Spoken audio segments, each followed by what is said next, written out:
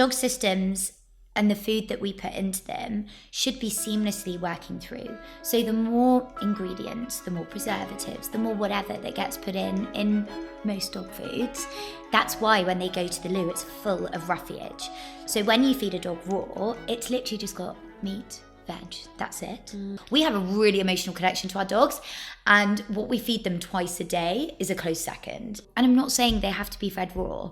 I'm saying that feeding dogs ultra-processed junk is a bad thing.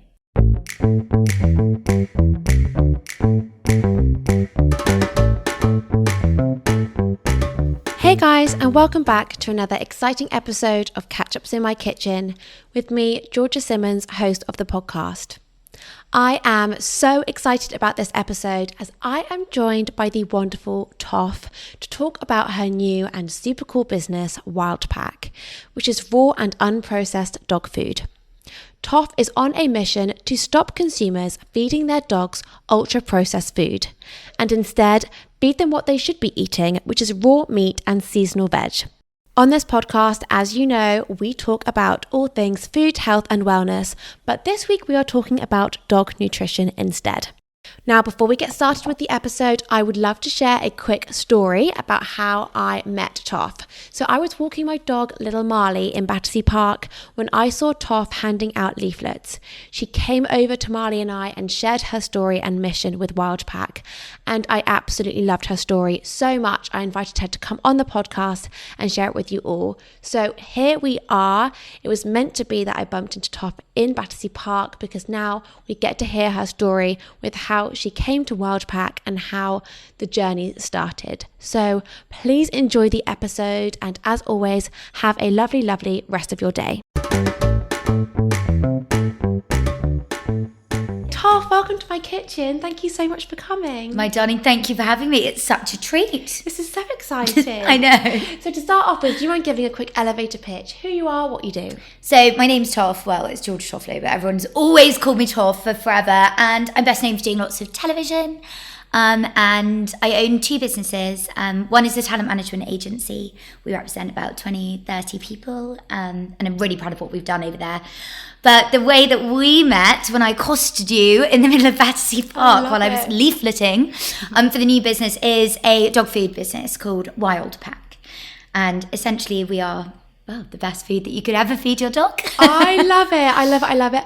Honestly, it was so funny because I saw you in the park and I was like, I feel like I've seen that Toff started a dog food brand. What was she doing walking around talking to all these dogs? And I was like, oh my God, this is so exciting. And then I made a beeline for you. Yeah, I had little Marley with me and I was like, oh Marley, this is your time to shine.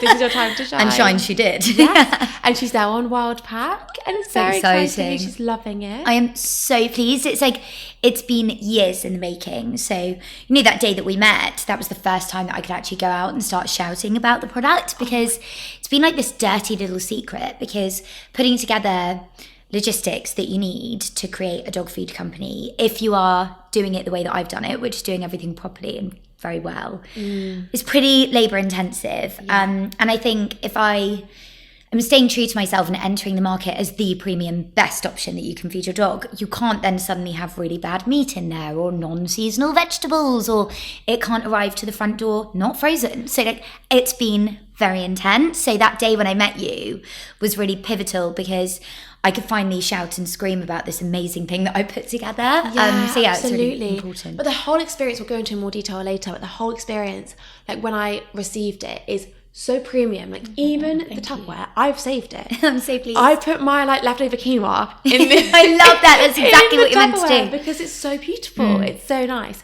But to kick things off, we have a quick fire round about all things food. This is human food. Okay, we'll go on to dog food in a minute. My favourite topic, darling. Yeah, Go. I love it. So, sweet or savoury? Savoury. Pizza or pasta? Pasta. What's your go-to cuisine? Oh, British. I'm so quintessentially British. Oh, I love Just that. love a pie, love a roast. Love, full love, English. love. Cook in or eat out? Oh, eat out. Can't cook for toffee. Yeah, can't cook anything. Can't do an egg. What's your favourite Deliveroo? Oh, probably like a bog standard Pret. Oh, yeah. Consistent and always delivers. Like, is what it is. Love nailing a sarnie when on the move. Yep. Get it. Convenience. I love it. Right, let's start at the beginning of the Wildpack journey. Yeah. When was the moment that you were like, I need to start a dog food brand because I'm not finding anything on the market that suits my needs? Gosh, yeah, brilliant question. So I got Mont basically like the first day of lockdown in 2020. I randomly thought I wanted to get a dog completely unrelated to the pandemic, and ended up with this little like ginger spaniel with me knocking around. And as the weeks went by, he was just looking more and more sick and unwell. And I thought there's like something going on, like all of his hair was falling out. When he went to the loo, sorry, I probably will talk about shit a hell of a lot. That's so great. We love it. No one talks about it enough. It's so true though, like picking up dog poo is a really big job that you have to do as a dog owner. Yeah, and also it properly communicates what's going on inside the dog. Totally. They can't talk to you. That was it. So yeah, the poo situation was savage. And when I would give him all of these lovely little puppy cuddles, he'd be on top of me and all I could hear was like gurgling tummy constantly, and the savage itching. All he would do is itch all over his body, and I was tearing my hair out. So I kept calling the vet. At the time it was mobile vets, everyone was coming out. They were like, oh yeah, you need to feed him this type of kibble, it's prescription, it's from the vet. I was like, brilliant, I'll do it. And the problem just got worse and worse. And I remember at the time, I mean, I obviously am so incredibly Z-list, so please take this with a pinch of salt, but this is true. There was this photographer that would take pictures of me and Mont walking every day because they obviously had nothing else to do. Really desperado. But I looked at the pictures when they went on the like silly mail online, and I was like, I cannot carry on walking around with that dog. He looks really unwell. It looked like I was abusing Mont. I was like, what can I do about this? So called a couple of friends of mine, and a dog walker friend of mine. He said, just trust me on this, Toff. Go to your butcher's, order in some meat, whatever vegetables you're having, mash it all together and give it to Mont for a few weeks. And I was thinking in my head, like, I cannot cook, so this is not really an ideal situation. But I was so desperate, I did it. And I had nothing else to do because we all sat at home. And as the weeks went by, like after about 10 days, 2 weeks, I was looking at Monty, I was thinking, well, the tummy stopped gurgling. The poos are not just solid, they're incredibly small. The coat stopped itching and the bald patches are growing back. I was like, we're definitely on something here. So I just carried on. And at this point, I was putting in a little bit of kibble because that's what I've been told by the vets. Yeah. So I didn't want to stop feeding him what I'd been advised to do by the professionals. Slowly, I'm thinking, I'm just going to wean him off. And everything just clicked. I was like, this is actually insane. We have been conditioned to think that these tiny little biscuits are actually whole foods. So you buy a packet of kibble and it says it's chicken and veg. I mean, we are reasonable, intelligent enough to know that when you look at those brown biscuits, they are not chicken and vegetables. They might have been in a past life before they've been processed 400 times over. So I then became obsessed with dog nutrition. And frankly, like the reason why the business came up is because I'm a bit of a lazy girl who wants the best of everything. I don't have time, nor do I want to be going to the butcher's to buy all the beautiful like off bits of the meat, like the offal and the organs, which are so good for dogs that sometimes just get put in the bin actually, and blending it up with all the fruit and the veg and everything good that they need. So I wanted to create a totally complete offering. And I looked at the market, and whilst there are some brilliant raw dog food options, I don't really like the branding, and I know that sounds quite like, it's just the way that I am. I want to open my fridge and I want it to look beautiful. 100%. So I thought there was a gap. So that was 3.5 years ago. So here we are, 3.5 years later. It's taken me that long to get over that. Oh my God. I mean, it is so true though. And also about the branding, like it's so important. Like we do pick with brands. I know. Like, you know, we go into the supermarket, there's loads of yogurts. You're going to pick the brand you like. Like branding does matter. It's huge. It is huge. And dog nutrition, like these are like our best friends. These are our like companions. You know, they are a massive part of our lives, and yet we do feed them. We don't really know what we're feeding them. It's a bit unknown. So you were like, okay, I'm going to do this. Then what? Because, oh my God. because I'd be like, okay, I mean, I've started a few businesses and parked them because, you know, it doesn't really always respect work. that. Yeah, it doesn't always work first time. The bravest decision. Yeah. To make a call on a business, because I can tell you're like me, you put everything into it. You do, brave. and you're like, this is the best thing, and then you're like, actually, maybe it's not. I'm going to pivot and go again. Yeah, exactly. But with human food, you know, you can kind of try it, you can get your friends to try it, you can get kind of feedback. With dog food, it's like a whole new world. So where did you begin with starting the process? Oh my God, because I was so particular. There were so many avenues that were just closed off. Firstly, everything that I sell is 100% British, which is really important to me. I love the vocation of farming. I always have done, and celebrating all things countryside. So supporting British farmers was super important. So that scratched off 95% of the dog food options. So that was my big one, the big driving force. The second one was like actually knowing where the meats come from, because a lot of dog food that's sold, and rightly or wrongly, it is coming from, let's say, Eastern Europe or wherever, and there is no sourcing whatsoever. You don't know where the cows were or where the chickens have lived. So that was really important. So traceability. And then marrying up everything has been my hardest challenge. So once I found a brilliant meat manufacturer that had been doing it for 25 years, that had complete open transparency, that was a big tick box. But getting the meat turned into actual dog food with local seasonal vegetables. So when I put all of that together, I was like, God, now I need to turn to packaging. And I know that in this day and age and where we are, sustainability is really important. And the business that I've put together, I will never be ashamed that I am entering the market as, you know, first and foremost, we sell meat. Like, it's actually quite scary and quite jarring for some people. And I think that the way that I want to sort of portray my reasoning behind that is because that's what dogs have to eat. They always have done. Like, they're carnivores. And, you know, some people say that dogs can be vegans. That's okay, but I disagree with that. Yeah, I do. I mean, I am plant-based, but I would never turn my dog plant-based. No, I don't think it's They haven't got a voice either. Totally. I feel like it's got to come from the person who's eating the food. Yeah, totally. So once I got all of that together, I started to look at packaging. And I went down all these routes. So I spent 7 months testing a biodegradable packaging option, which I hung, like, you would know this as a business owner, I hung every hope of it working. And I did about 400 different orders, and 300 of those leaked. So I then had to make a decision as a business owner. What do I do? Do I have the leaky but biodegradable option? Or do I have the 100% recyclable option that I hope one day will be a biodegradable option? But sadly, the science isn't there yet. And when you've got food as fresh as wild pack in your fridge, you can't have it leaking. It'd be like having mincemeat like leaking all over your fridge. You just can't have it. So finally, I found my beautiful tubs, and then I went down the road of, oh my God, like my branding obsession was almost the death of me, because we are the first raw dog food company to have these beautiful coloured options. Because I want to look in my fridge where I've got this beautiful stackable wild pack, but it's to look pretty, right? They look gorgeous. Thank you, but that nearly was, it was marrying up having 6 recipe options with 6 different styles of tubs. It was just insane. Yeah. But I finally got there, and that all happened about a year ago. And then I could actually press go on the business. And that's when I started on the branding journey, and then that's sort of where it's led me to launch. Amazing. Like, all of this is a huge challenge. And then you press go. And I remember when I pressed go on Greedy Vegan, I was like waiting at my laptop ready with the orders to fly in. And then I was like, where are the orders? Hello. Guys, it's live. It's on the line. That's exactly what happened. And it just doesn't happen. You then got to go out and properly sell it, which is crazy. Oh, I love this.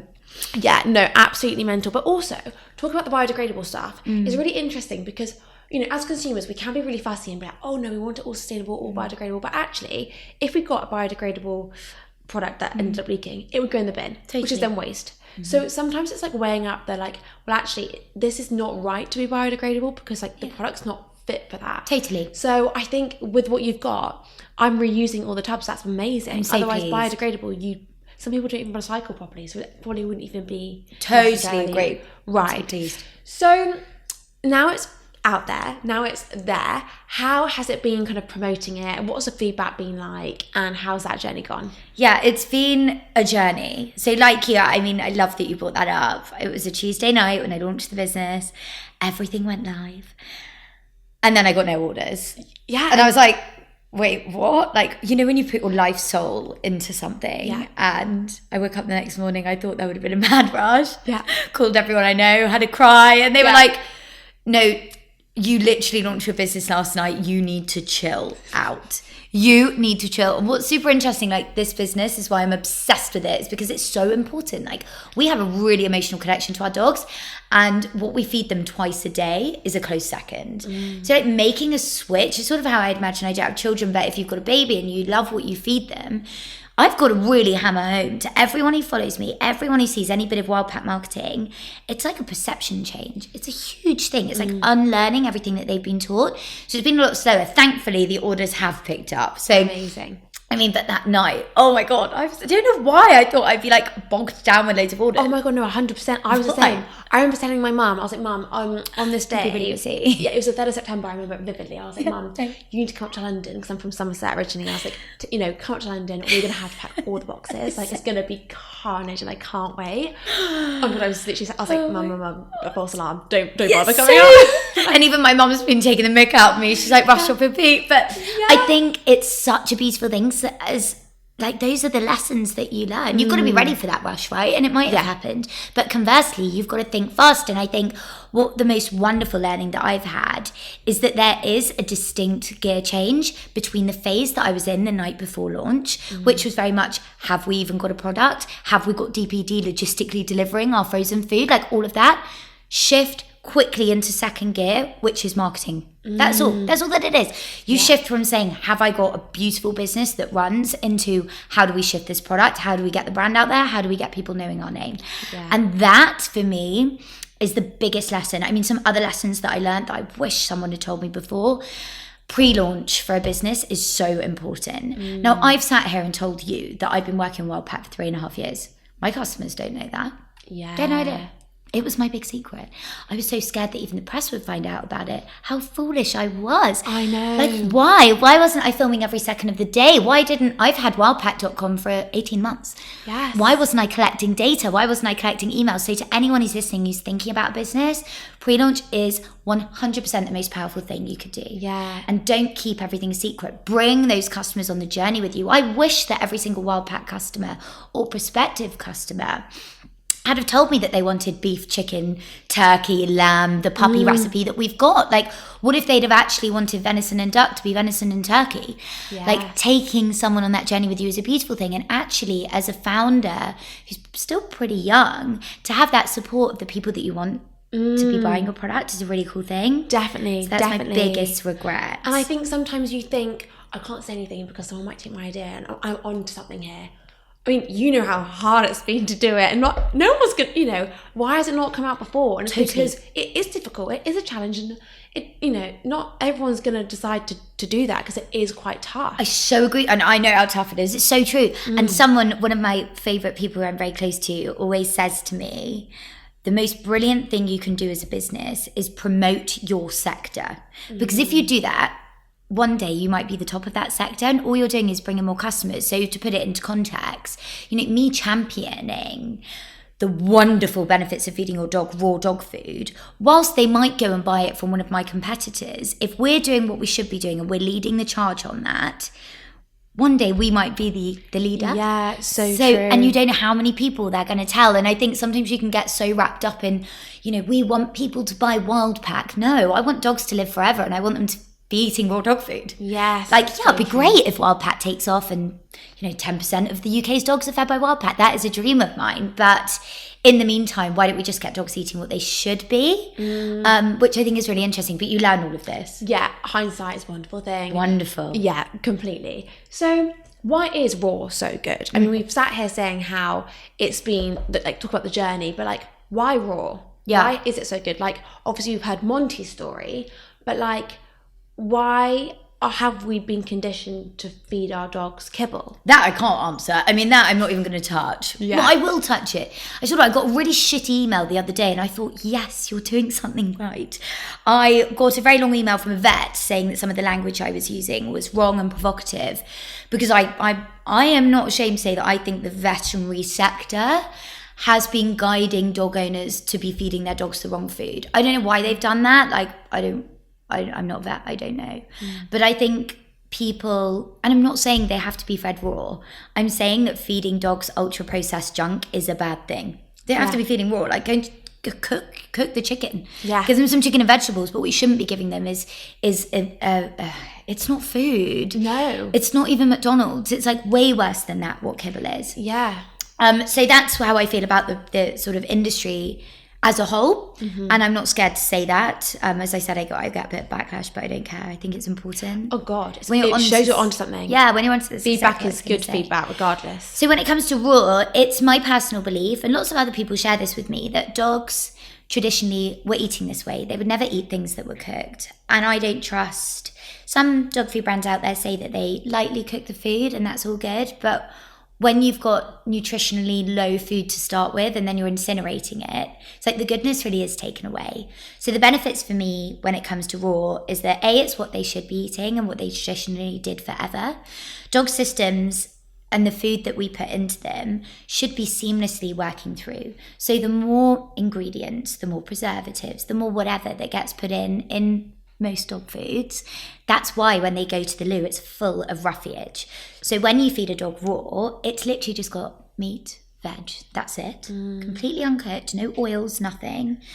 When it goes through them, the reason why their poos are so small and like perfect, it's really weird to refer to a dog poo as perfect, but that's what the dogs are when they're being fed correctly, is it comes directly from the fact that there's no crap in it. Yeah. And it's really simple when you put it like that. And I think as humans, like, we know that food is medicine. It's a fact. And I know that feeding dogs through this method is the medicinal way when it comes to pups. Yeah. So raw is a wider definition for it being completely untouched. Whole foods. That's all that it is in my mind. And also I love the fact that you use seasonal veg because, for example, me being plant-based, I use odd box. Yeah, love. I love because then I always know I'm eating seasonally. I love cooking and I'm not lacking in anything because I eat so seasonally, and I think that's because it's so full of the nutrients. Because the soil is right. Yeah, and everything's so great. Whereas if I was to go get some strawberries now, I mean, they probably wouldn't taste as nice and they probably wouldn't have the nutrients in them. So agree. Whereas I'm now eating, I don't know what's in season, plums.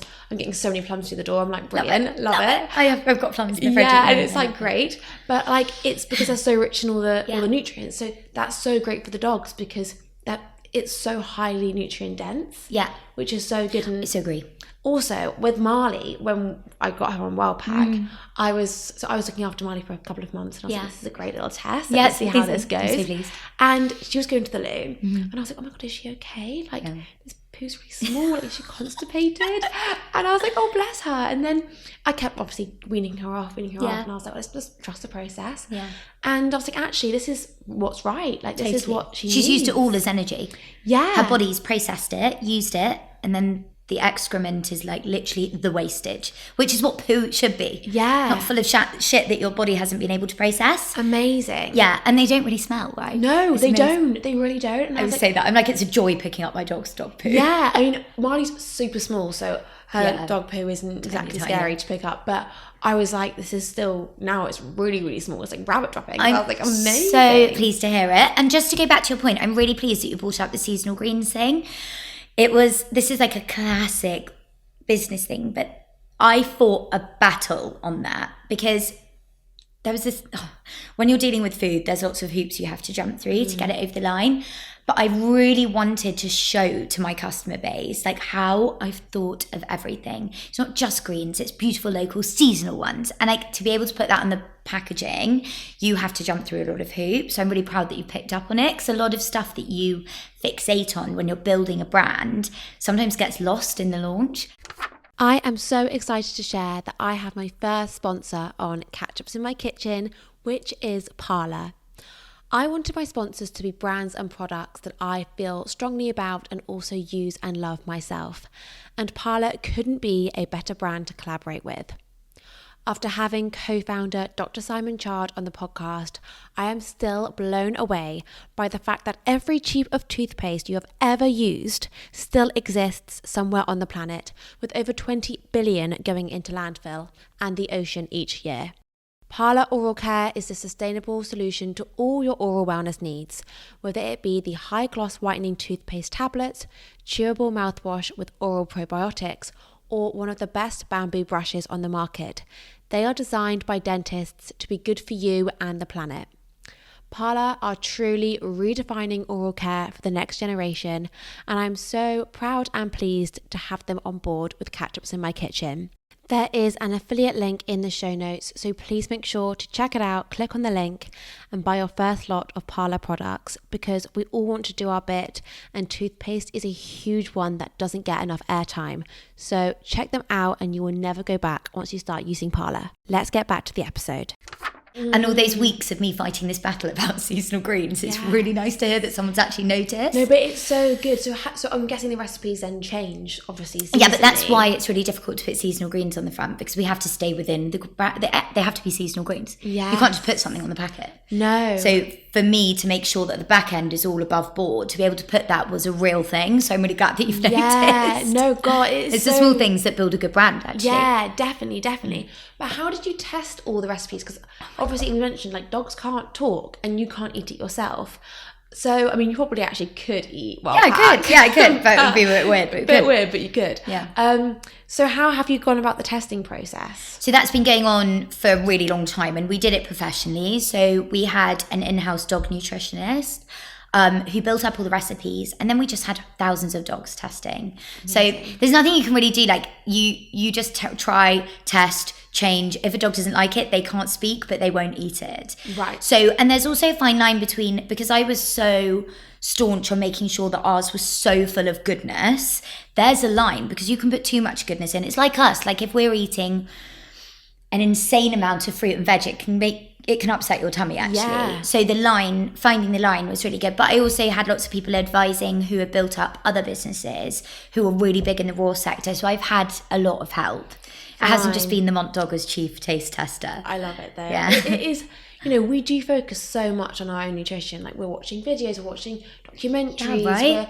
But then we just don't really, it doesn't transcend to the dogs, which is actually so crazy. And actually, thinking back to Marley as well, we took Marley on, this is a bit extra, but we took Marley away on holiday with us this year. Darling, I do that all the time. It was amazing. It was great. And actually, I say it was great. I think she actually hated it. I think it was way too hot for her. Too hot. And besides the point, she wasn't really eating much, wasn't really drinking much. And again, she looked terrible. I was like, Mum, we can't take her out and about. She literally looks like we abuse her, like you mentioned. Yeah, and you're like, oh God. Yes, it's not good, but like that's their way of kind of communicating. But something's not right. So what if we've got some dog owners listening, for example, and they're thinking about their dogs, what signs should they be looking at on their dog which would indicate that they might need to change up their dog food? Okay, right, number one, my dog literally jumps up and down, goes around in circles, gets that excited for every single time I give him a meal. So I'm talking about the emotional side of dogs. Like, I am so dog obsessed. I want my dog to be as happy as possible, and they do get in little grumps or moods. And like the way that they get excited for their food is a really big indicator of whether emotionally they actually like their food. Like, that's just the number one. So coming down to the physical symptoms or whether they need to change it, farting. It is not normal for dogs to fart. I haven't smelt Monty do a fart in years. God, It's not normal. Like, that is the number one signal that there's something wrong digestively. Their coat should be shiny and beautiful. Their teeth, they shouldn't have bad breath. Shouldn't be like, my friend's auntie like brushes her dog's teeth every day. Yes. I'm like, what the you don't need to do that. You're just feeding them bad food that's making their teeth rot. It's like not that hard. And then the fourth and like the most biggest one is what their poo looks like. You shouldn't be offended by your dog's poo. That's it. Any of those, look at changing up. So interesting though, because I mean, I know Marnie, obviously we've changed dog food now, but like she's done all of those things. Bless her, all of her teeth have had to be removed. What? Yeah, because she's had such bad tooth decay, and it's awful. And the vet was like, "Oh, this is normal for dogs." Yeah, not normal. That's not normal. That's not normal. It's That's not. so It's true. not normal. And then you're like, my dog doesn't have bad breath. Never has done. Yeah, and you're thinking, okay, the vet's telling me that it's normal, so it must be good. It must be normal. And I don't want to demonize vets. I do think like vets are so important. Yeah. But at the same time, like maybe just advising to eat normal, non-ultra processed food would be great. Yeah. That's all. It's crazy. Yeah.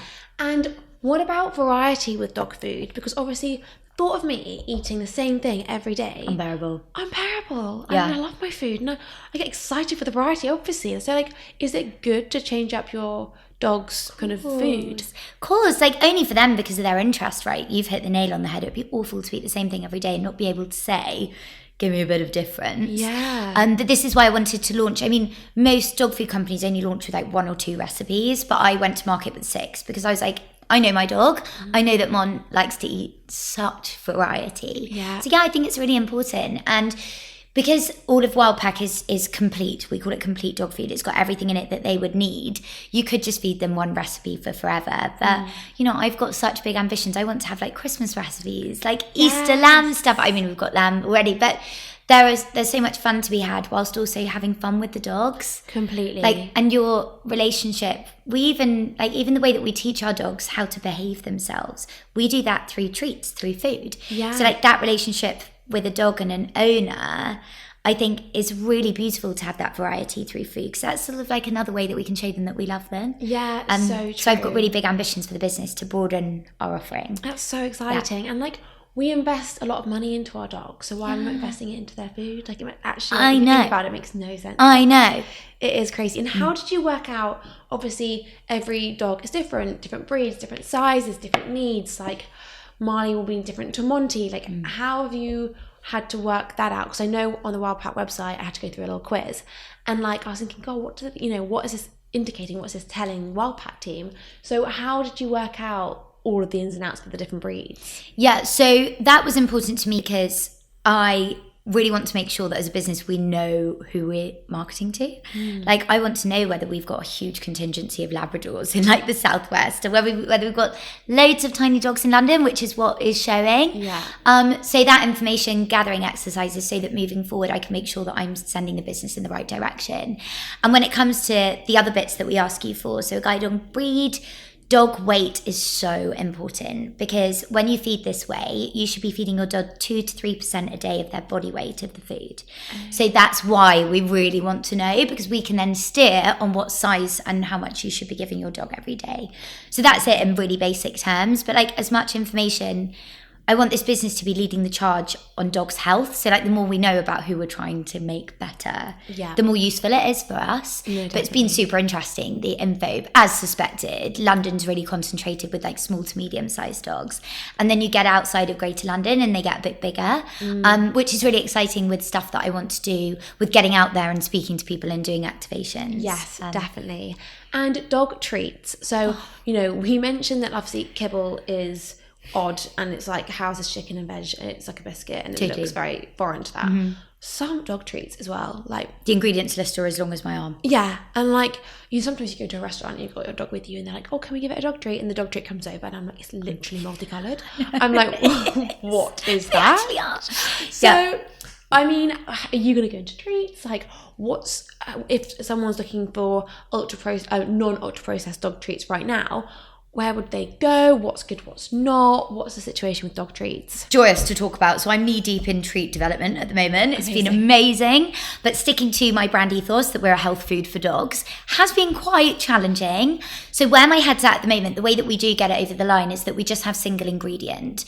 So I'm really hoping that before Christmas, I'll be able to have like a really good, strong sample pack together that I can start testing with the Wild Pack. But every avenue I go down, there seem to be preservatives. And I want to be able to stand there and do like a really cool ad and read out someone else's, 100 strong ingredient list and be like, this is our chicken treat. It's 100% chicken. So it would be like chicken jerky or beef jerky. That's where we're going at the moment.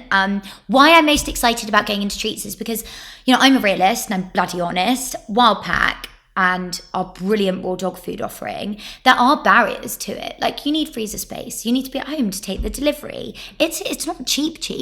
No. So those are the barriers for our main line. Treats, I'm getting rid of those barriers. I want the whole of the UK to be able to buy these treats. I want them to be the right price. And of course, you can just grab and go. They don't need to be in the freezer. So that's why I'm super excited to go into that next. Yeah, amazing. And I think like looking at what we've got at the moment, we need those treats. So I'm working on it, but it's also been really lovely for me. I posted a video last week where our community are able to tell us what their dog loves, because I can then move forward knowing what the Wild Pack loves. Definitely. It's so nice now. I actually got given this thing for Marley, and it was like an energy bar for dogs. Ooh. So it was like a treat it was kind of like food on the go. Love it. It was in the shape of like a breakfast bar type thing. Fun. But I didn't give it to her as a dog food. I kind of like snapped it and used it as a treat. I like that. Yeah, and I thought, this is quite interesting. Yeah, I like the format. Yeah, like me in too. The bar, and like you kind of like, you have your, when you put your energy bar in your bag. Yeah, one for me, one for the pup. Exactly. So I thought that was really cool. Mm. So we are now going to talk about any hiccups that has happened. I mean, you mentioned the freezer and the freezer space. I actually got a story on that. So when my Wild Pack arrived, I was like, oh my God, my freezer's full. So I had a full freezer clear out, and it was actually the best thing ever. I was like, right, English the frozen peas. The frozen peas are gone. The gyozas gone. That was all well packed. But so pleased. I think that actually frozen is so much better. But has that been a challenge, and what other hiccups have gone along the way? Of course, I've had loads of messages from people saying I live in central London, I haven't got enough freezer space. Like, yes, that's a big one. Oh my God, like the first week of sales. I mean, we had 2 orders and 2 orders went to the wrong place. You know, really like everything. Mistakes as well. Of course, but I really make sure that everyone who works on it from beginning to end, there are always going to be these hiccups. And like, I love challenges because I think that's when you make sure that like they never happen again. Yes. So we've had quite a lot of that. I think the biggest challenge that I had was like managing my own expectations, because I'm pretty lucky. I've got a platform. People know me. I can get press. I can get media. But that's so different to actually getting people to make a sale. Yeah. And that's a really important thing to understand. And, you know, getting people on board to my way of thinking is very different to me. You know, I remember I said to my assistant, she works in my house with me every day, we're super close. I turned around to her and I looked at her and I was like, how can I get 4,000 likes on a post about Wild Pack and not get one order? Right. How? And then she's like, but getting likes on a piece of content is not saying to people that Wild Pack will nourish their dog and it's the best option. Like, you need to have that perception shift to then get that order. And I guess you've been working on this for 3 years, so you're completely obsessed and you know everything. Why doesn't everyone know that? Yeah. You have to tell them that. Definitely. That kind of goes back to like the pre-launch idea. It's like, if I was doing that earlier on, like kind of preaching about it, then, but at the time you're also learning. So like, yes, you can't like beat yourself up about it, because you're like, actually, I now know so much more and I can preach, whereas maybe then I couldn't because I wasn't as aware. But it's so true, and it's like the conversion. I think the statistic is like you have to see something 11 times or 7 times, and I'm like, oh my God, it's true. And keep hammering. And I think some founders, like I would be guilty of this. I'm incredibly impatient. I want everything and I want it now. Yeah. But like, if you are strong on what you're doing, which I very much am, I'm on a crusade to stop ultra processed junk food being fed to dogs. I can't, if I come back and see you, let's say in 6 months, I've got to be accountable to that. I've got to do this for the next 6 months. I've got to do this for the next 6 years. Yeah. I've got to be clear on my mission and keep executing that, because once you do that, people will come on the adventure with you. But if I start going, oh, well, actually, I think we need to revolutionize the method of feeding, that's not that. Yeah. So if you start deviating off that, then you're going like 100%. So those have been like the big challenges, and I'm really grateful that they've come up so early, because I think I've had to shift my mindset. And like, yeah, I think another challenge that I've had is, how do I put this? No one knows your business like you. Mm-hmm. And I was in a fortunate position that I had enough money to trust agencies and outsource some of the things. That in my mind is lazy. And I've really taken that back, that control now. Yeah. So I think I've built this brand. People want to hear from me. They want to see Monty. They want to know why I've done this, how I'm going to execute it.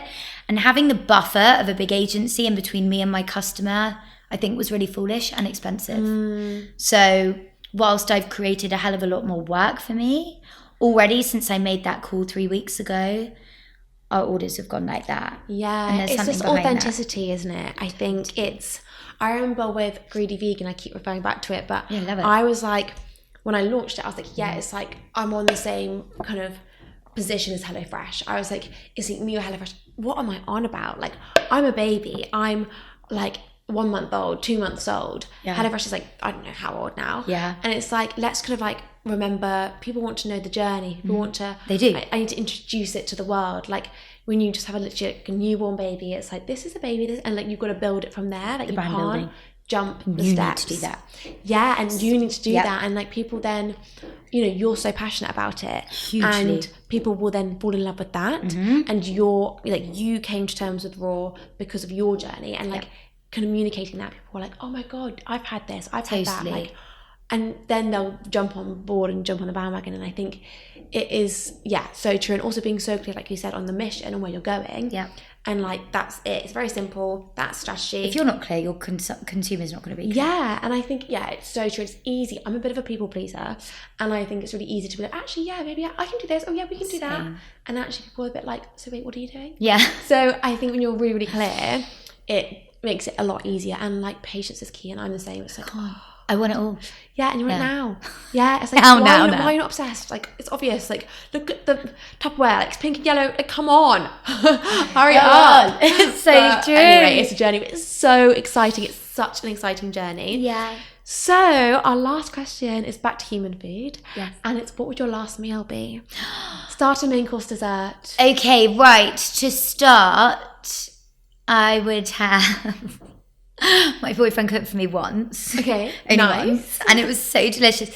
He made these scallops with like pea puree on them, and he doesn't cook ever. And like, they were so delicious with bacon, so I'd have that. Oh my God, well done him. I was so shocked. I was like, where did this come from? But you know, when it sticks in your mind, so I would have that. Yeah. And then I would have, there's this chicken from this pub up in Scotland. And it's really not that fancy, but it's so good. I would have that. And then for pudding, I would have mini moons. Oh, lovely. I love them so much. Yeah, love it. Yeah. Toff, thank you so much for coming on and sharing the journey. I think it's so interesting. Like, we don't talk about dog food enough, and they can't talk about it themselves. So you're now the voice of all these dogs who are like praising you and thank you for coming into our world, and now we've got better food and we feel so much happier. So oh my God, it's so exciting, and Marley's a lot happier. So darling, that's made my day. Thank you for having me. I've loved it. Thank you guys so much for listening, and I hope you enjoyed this episode. I thought it was so interesting to talk about dog nutrition because we love our dogs so much. They're our bestest friends. So with that, we should actually be feeding our dogs what they want and the best thing for them. So I thought it was such a fascinating podcast. I personally learned so much. Please could you do me a favor? Please could you like, share or subscribe to this podcast? If you haven't subscribed, please press follow. If you have, please share this episode with friends or family. Spread the word. We are trying to get more eyes, more people to see Catch-Ups in My Kitchen. I'm on a mission to bring you some really exciting guests, but with that, I need the support from you. So it will take less than 30 seconds. All the support is so appreciated. Thank you so much in advance, and I'll see you again next week.